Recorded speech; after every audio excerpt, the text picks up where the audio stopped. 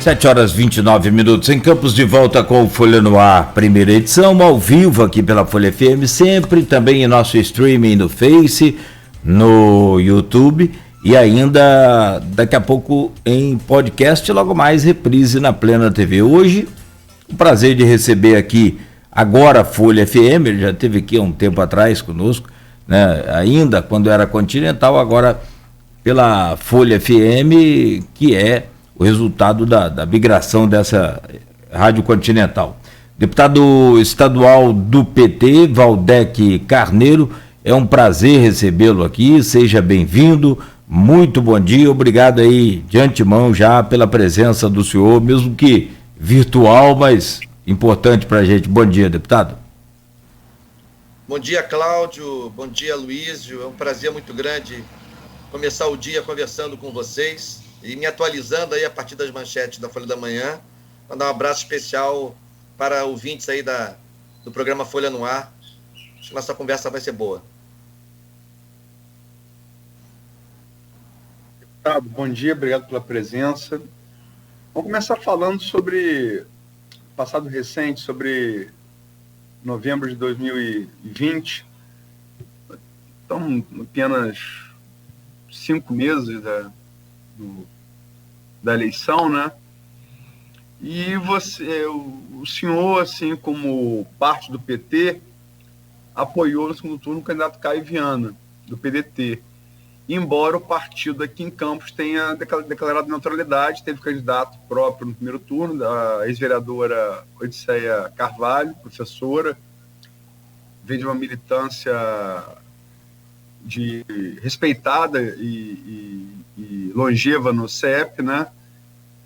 Que levou o senhor e o grupo do PT a, diferente do diretório municipal, a apoiar Caio Viana no segundo turno da eleição no ano passado. Bom dia. Bom dia, Luísio. Então, em primeiro lugar, eu quero destacar que o meu apoio foi um apoio, assim, relativamente modesto, não é? Eu estive em Campos no segundo turno e organizei uma reunião, sobretudo com membros da comunidade educacional e científica de Campos. Foi uma reunião com cerca de 60, 70 pessoas, em que o candidato Caio Viana esteve presente, e é, na verdade, uma rede com a qual eu já tenho relações em função do meu trabalho, da minha vida acadêmica e da minha vida política. Então, foi o ato de campanha do qual eu participei, não só participei, como organizei. Antes disso, porém, eu fiz questão de entrar em contato com a minha querida amiga, professora Odisseia, que tinha sido candidata do nosso partido no primeiro turno, para saber exatamente quais eram as posições oficiais do PT em relação ao segundo turno. Conversei com ela por telefone, ela me falou exatamente isso que você narrou aqui agora há pouco, que o PT não faria manifestação oficial no segundo turno e, por assim dizer, liberaria as bases. Então, não havendo, portanto, o obstáculo formal partidário em relação ao segundo turno, e tendo em vista também, e você sabe disso, Aloysio, uma relação política que eu tenho há muitos anos com o ex-prefeito de Niterói, Rodrigo Neves, né? Eu acabei participando no segundo turno com esse ato, com essa reunião de educadores e pesquisadores, cientistas radicados em Campos, em função também da parceria política que eu mantenho com o Rodrigo. Na verdade, foi o Rodrigo, a liderança do Rodrigo, quem coordenou uma força-tarefa política importante no segundo turno. O Caio teve uma subida, acho que extraordinária, do primeiro para o segundo turno, mas a minha participação se limitou a essa reunião, que foi muito boa, foi uma reunião muito qualificada, inclusive pelas presenças ali durante o evento, mas não tive uma participação tão ostensiva e tão ativa como outros quadros tiveram ao longo do segundo turno. Realmente, do primeiro e segundo turno, foi a reação de Caio foi realmente impressionante. No primeiro turno, o Vladimir quase ganhou a eleição no primeiro turno. Eu me lembro que, por conta de ataque de hackers, o TSE, no Brasil inteiro, a eleição ficou paralisada ali, com 43,47% das urnas no primeiro turno. E naquele momento havia uma dúvida se Vladimir teria ganho no primeiro turno ou se haveria segundo turno. E eu me lembro que eu fiz os cálculos, junto com o Cristiano Abreu Barbosa, diretor da Folha também, meu irmão, e afirmei que Campos ia ter segundo turno, quando ninguém havia feito isso ainda. Aí voltou já com 90 e tantos por cento, o segundo turno estava confirmado. Terminou com 57% para Vladimir, dos votos válidos, contra 43% de Caio. É uma diferença aí de pontos percentuais de 14 pontos percentuais. Bastante razoável. E, no entanto, no segundo turno, a diferença foi de 4,8 pontos percentuais. Quer dizer, tirou 10 pontos percentuais, que nenhuma eleição do mundo é uma coisa fácil. Aqui você acredita isso ao trabalho de vocês, sobretudo do Rodrigo Neves, que encampou, assim, de fato, a campanha de Caio aqui em Campos? Então, entre os fatores, digamos assim, externos à política local, à política de Campos, não tenho dúvida que foi a liderança do prefeito Rodrigo Neves que mais fez diferença. É claro que o processo interno de campanha no segundo turno, enfim, que eu não acompanhei de perto, certamente algum tipo de estratégia diferenciada, algum tipo de digamos, algumas ações mais regulares, mais ostensivas da campanha, enfim, podem ter feito a diferença também, mas seguramente do ponto de vista do apoio de lideranças, digamos, de fora de Campos, indubitavelmente, eu acho que a liderança do ex-prefeito de Niterói, Rodrigo Neves, foi um diferencial muito grande. Ele teve a capacidade de mobilizar muita gente, né, das suas relações de Campos e de fora de Campos também. É o meu próprio caso, eu estive em Campos, passei 2 dias em Campos preparando e realizando essa reunião que eu mencionei, então eu não tenho dúvida em apontar que, do ponto de vista dos apoios externos da cidade, certamente o grande diferencial nesse segundo turno em favor de Caio Viana foi a participação, a liderança, a organização do ex-prefeito Rodrigo Neves. Agora, quero aqui destacar o seguinte, eu fiz essa participação, mas foi uma participação, digamos, em função dessa composição política com o Rodrigo. Não foi uma participação em nenhum momento, digamos, de ataques ou de contrapontos pessoais ao Vladimir, de modo algum. Eu tive algumas agendas de trabalho com o Vladimir, ele deputado federal e eu deputado estadual, em torno dos interesses do Estado, sobretudo do ponto de vista do desenvolvimento econômico. Então não foi uma participação no que me diz respeito, digamos, agressiva ou particularmente contra a campanha do Vladimir Garotinho, mas foi em função da participação nesse projeto político que eu integro ao lado do Rodrigo. Portanto, é um pouco nessa linha que eu percebo as coisas. A gente conversou na campanha, acho que foi, se não me engano, foi o Jefferson, reitor do IFE, o professor Jefferson Martins Azevedo, que fez a ponte, é um conhecido antigo, conhecido de adolescência. Conversamos bastante, inclusive sobre impressões do primeiro e do segundo turno, o que seria necessário fazer para virar uma diferença tão grande e tal. Como conversei com o Rodrigo também, quer dizer, jornalista e político conversa, né? Sobretudo em tempo de eleição. Vocês são mais dados a conversar em tempo de eleição. Mas eu tô aqui hoje, né? Não, perfeito, mas política e eleição fica com a audição mais antenada. Mas é verdade, você está aqui hoje. Agradeço pela presença. É um prazer. E realmente, vou dar um testemunho. Eu acompanho a eleição aqui em Campos desde 88, 89. Eu sempre me confundo com isso, 88 e 89. 89 foi de Collor, 88, a de Garotinho. E ela não teve segundo turno ainda, a Constituição foi aprovada naquele ano, ela passaria a valer a partir da seguinte, em que Garotinho elege Sérgio Mendes, 92. E desde então, desde 92 para cá, foi o segundo turno mais acirrado de Campos. Houve outros segundos turnos, mas nunca tão acirrado quanto esse. E trabalho profissionalmente é o pleonasmo, né? Cubro profissionalmente as eleições desde 88. E 92, eu nunca vi, confesso, eu, Luiz, nunca vi uma tirada de diferença tão grande. Não foi suficiente para ganhar a eleição, mas muito se argumenta que tivesse mais uma semana, talvez fosse. como a que Caio tirou para Vladimir do primeiro para o segundo turno. E esse é o testemunho que eu estou dando. Em Campos eu nunca vi coisa igual. Você falou da influência de Rodrigo Neves. Você acha que foi o principal motivo? E como vocês quase conseguiram essa virada?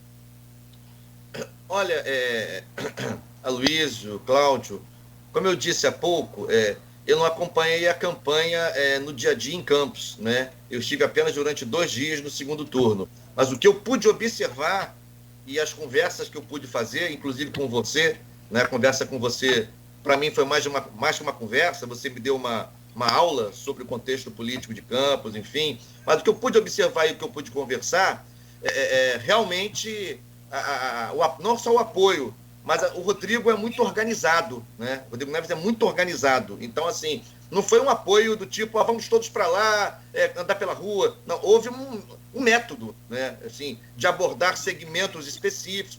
Por exemplo, ele me pediu, né, que organizasse uma reunião com esse segmento específico, que eu tenho relações com a UF, que é minha casa, né? Sou professor da UF há muitos anos, conheço muito a turma valorosa da UF aí de Campos, a turma do Instituto Federal Fluminense, você citou o Jefferson. O Jefferson é um orgulho da educação no Rio de Janeiro, o Jefferson é um reitor do maior valor.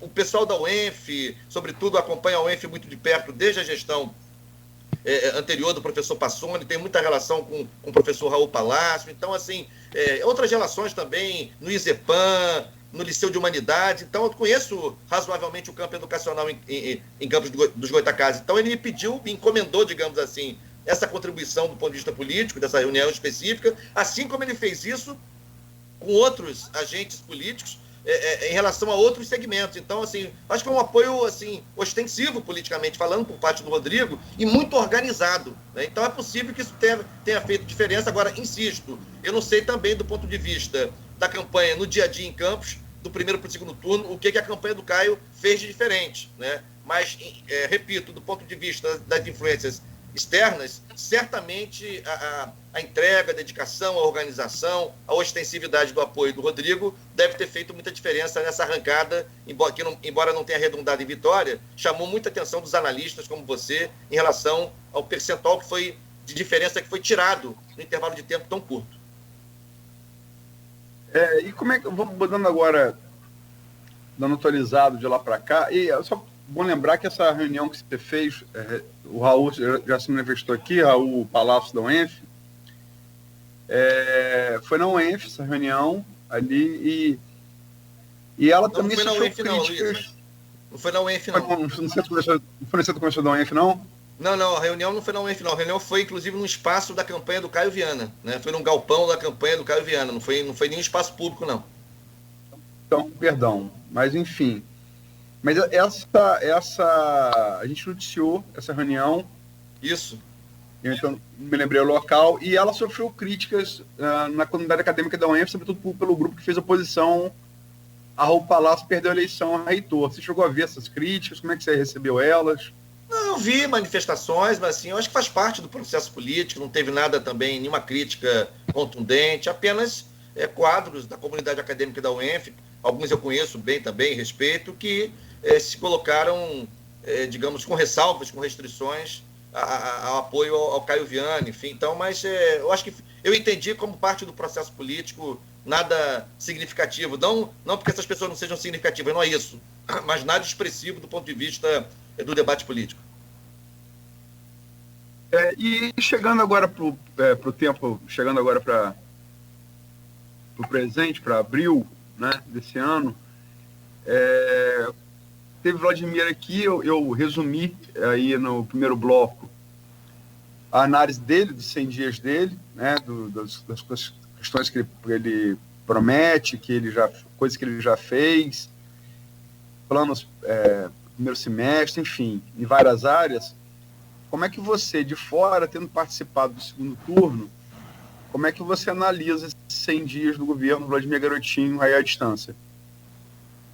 Pois Cláudio Aloysio, assim, essa condição que você menciona, à distância, né, certamente limita um pouco a minha análise, porque eu não tenho os elementos do cotidiano, como vocês têm. Mas, em primeiro lugar, claro, o Vladimir completou há pouco aí 100 dias, né, de governo, evidentemente que a minha primeira palavra é de desejar sorte e sucesso à administração, é claro, né? A gente deseja que as coisas melhorem, que as coisas corram bem, porque o povo de Campos pode, deve e merece ter, né, melhores condições de vida no dia a dia. Portanto, os meus votos são sempre, e também para a gestão do Vladimir Garotinho, votos de êxito e sucesso.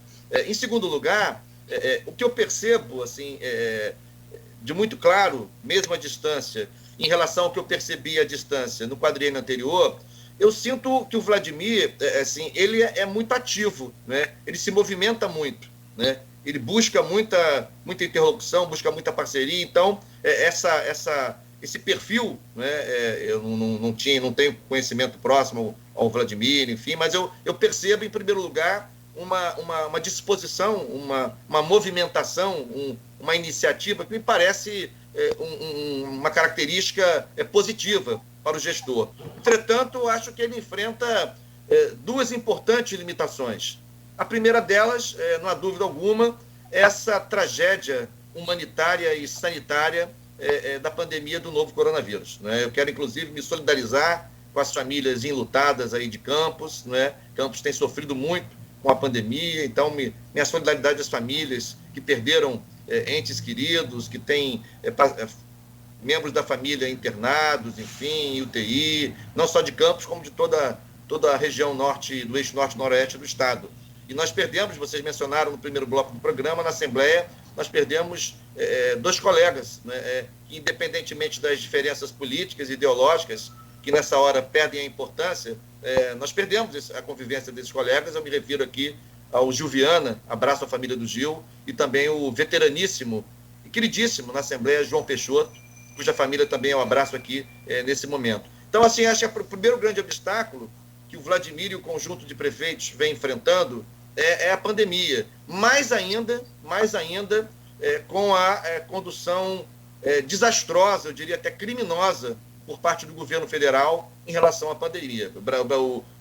Os prefeitos e os governadores, de modo geral, sofrem retumbantes consequências da condução absolutamente inadequada por parte do Ministério da Saúde, do governo federal, do enfrentamento à pandemia. Na verdade, eu acho que essa condução do Brasil, essa forma, né, irresponsável de enfrentar a pandemia por parte do governo federal, tem sido tão ou mais nociva que o próprio vírus, né? Então, a gente teve um presidente que, desde o início, agiu e se manifestou negando a pandemia, desmerecendo, minimizando, classificando-a como gripezinha, como todos nós sabemos, né? Negou sistematicamente, né, as orientações emanadas da comunidade científica nacional e internacional, ou seja, um negacionista completo do ponto de vista da ciência. Aliás, não surpreende, porque o seu governo já vinha desfechando, desde 2019, sucessivos ataques à comunidade acadêmica e científica nacional, né? Não foi capaz de organizar, né, de maneira integrada, de maneira articulada, um plano nacional de imunização. Claro que compete ao Ministério da Saúde, mas nós já estamos no quarto ministro da Saúde, né, em plena pandemia, sendo que o anterior, o general Pazuello, que era tido e havido como especialista em logística, assim, não sei por onde foi parar esse conhecimento, essa expertise em logística do general Pazuello, que foi um verdadeiro desastre logístico, né, a organização do Plano Nacional de Imunização. E é claro que isso repercute duramente sobre as administrações locais, sobre os governos estaduais, enfim. Então, esse é um obstáculo terrível, porque isso, em primeiro lugar, produz um efeito moral devastador. As famílias sofrem, têm medo, enfim, ficam sem esperança, não veem perspectivas no horizonte. Repercute também do ponto de vista das atividades econômicas, é claro, porque o distanciamento social, as restrições impostas e que são necessárias em função do enfrentamento ao vírus, afetam, evidentemente, a atividade econômica, sobretudo aquelas que dependem de fluxo de pessoas, de movimentação de pessoas nos ambientes, nos lugares, nos restaurantes, nos comércios, enfim. Então, isso também é muito sério, né? Tem tido impacto dramático também sobre a atividade educacional. Então, assim, eu considero que esse obstáculo é um obstáculo de grande monta agora vocês acabaram de repercutir na entrevista do prefeito Garotinho, Vladimir Garotinho, ontem, na Folha, o risco de colapso funerário, né, que se soma, né, a um colapso no sistema de saúde, né, a questão do acesso aos leitos de enfermaria, sobretudo de UTI, as dificuldades de se garantir os kits de intubação, né? Os kits de intubação, as pessoas correm o risco em muitos municípios brasileiros de viverem o drama que nós vivemos e assistimos estupefatos em Manaus. Né?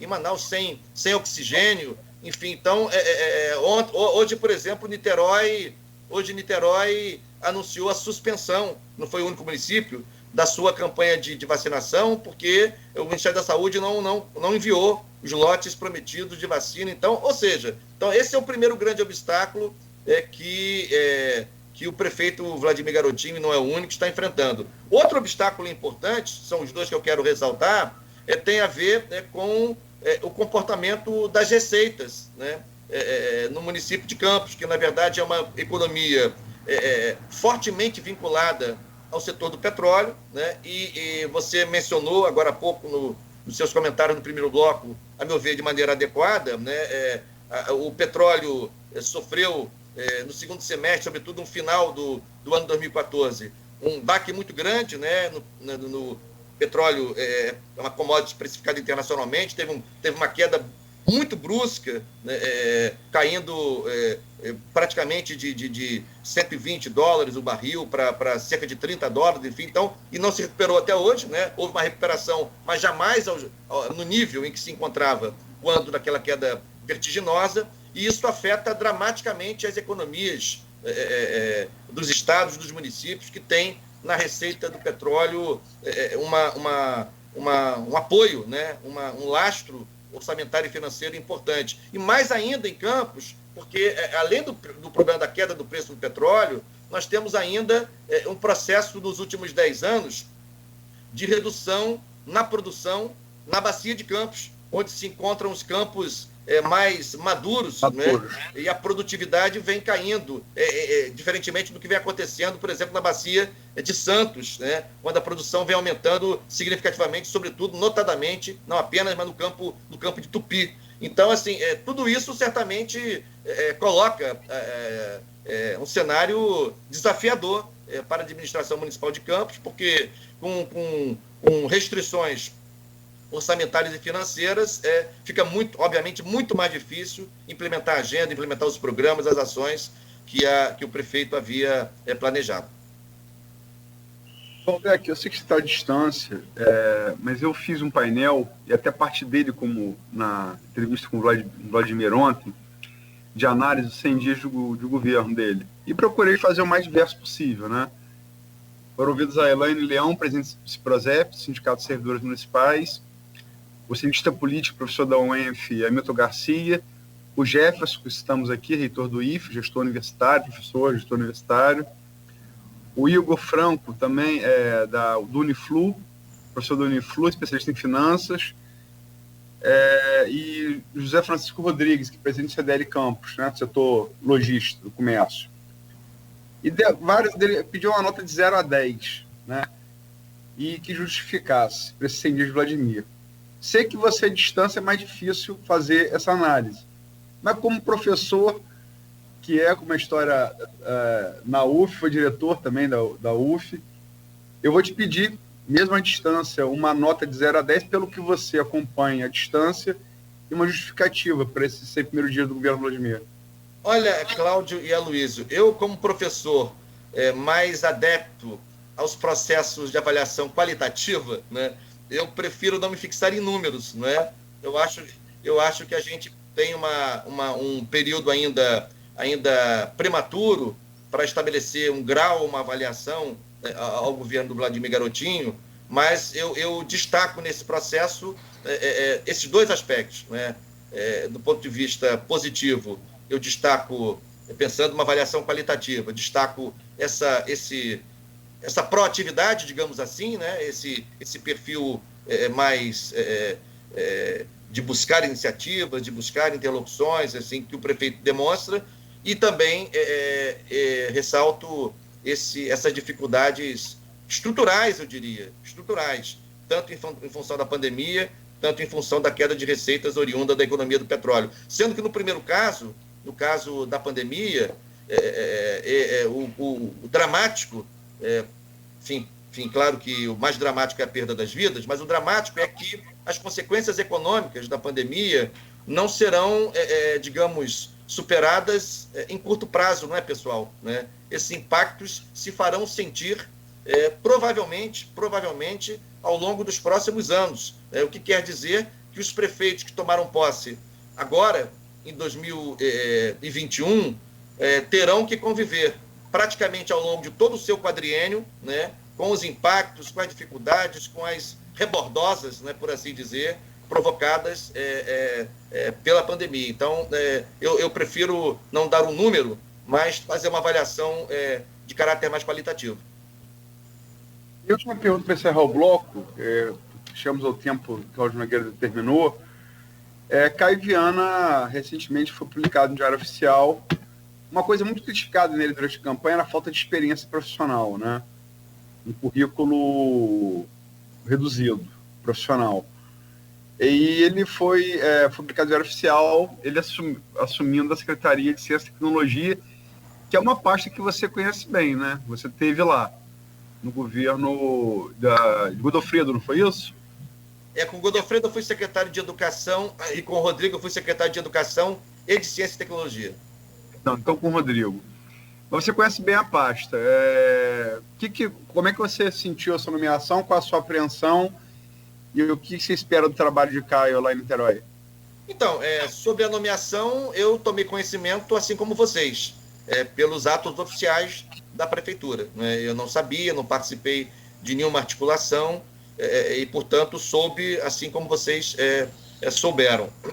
O que eu espero, né, é que a gente possa, digamos, ter, né, uma política de ciência e tecnologia local em Niterói, que é uma cidade muito marcada pela presença da comunidade científica e universitária, tem muita força, tem muita expressão na cidade, assim como em Campos, aliás. Né? Enfim, então, nós já tivemos uma política bem estruturada. Eu me lembro que a gente aprovou em 2013, quando eu era secretário do Rodrigo, nós fizemos uma conferência muito expressiva, uma conferência municipal de ciência, tecnologia e inovação, e aprovamos um plano municipal para o setor, um plano decenal, com metas organizadas, de estratégia de ação, que virou lei, né, foi aprovado na Câmara Municipal, a lei está vigente em Niterói, portanto, o documento, né, a diretriz que organiza, que norteia, que estrutura a política pública do setor aproximadamente até 2023. Então, eu espero que essas diretrizes sejam observadas,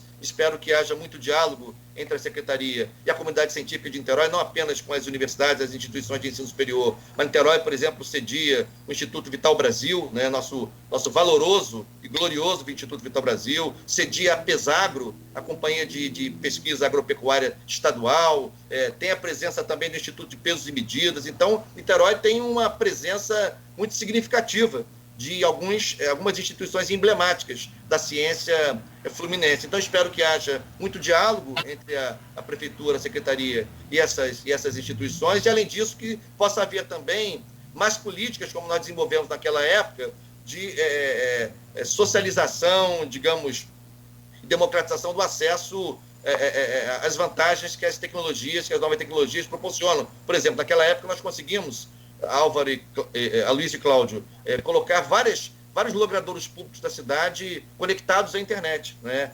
Praças, parques, enfim. Então, espero que a gente possa ter uma política também que democratize, né, o acesso às vantagens, às facilidades que as novas tecnologias proporcionam. Enfim, além, é claro, aí é uma política que seria combinada com a Secretaria de Educação, que precisa avançar muito no processo de modernização tecnológica das escolas. Aliás, a pandemia revelou isso claramente, né? Assim, quando nós tivemos que ficar, digamos, confrontados ao desafio do ensino remoto, né? Nós percebemos em muitos lugares e em Niterói não foi diferente, em muitos lugares, como que as escolas estavam ainda no século XX, algumas até no século XIX, né, em relação à infraestrutura tecnológica. Então, acho que é muito importante que a pandemia nos ensine essa lição, entre outras, né? As escolas precisam, digamos, se chegar ao século XXI, do ponto de vista das mídias digitais, das redes virtuais,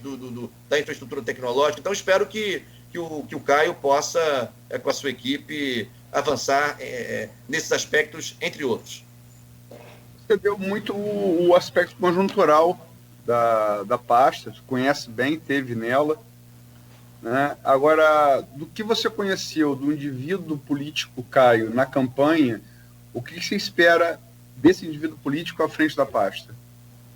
Olha, Luísio e Cláudio, eu, na verdade, não conheço tão de perto assim o Caio, né? Conheci mais o seu pai, né? Foi um prefeito, enfim, com muita visibilidade em Campos e fora de Campos, me refiro, claro, a Arnaldo Viana.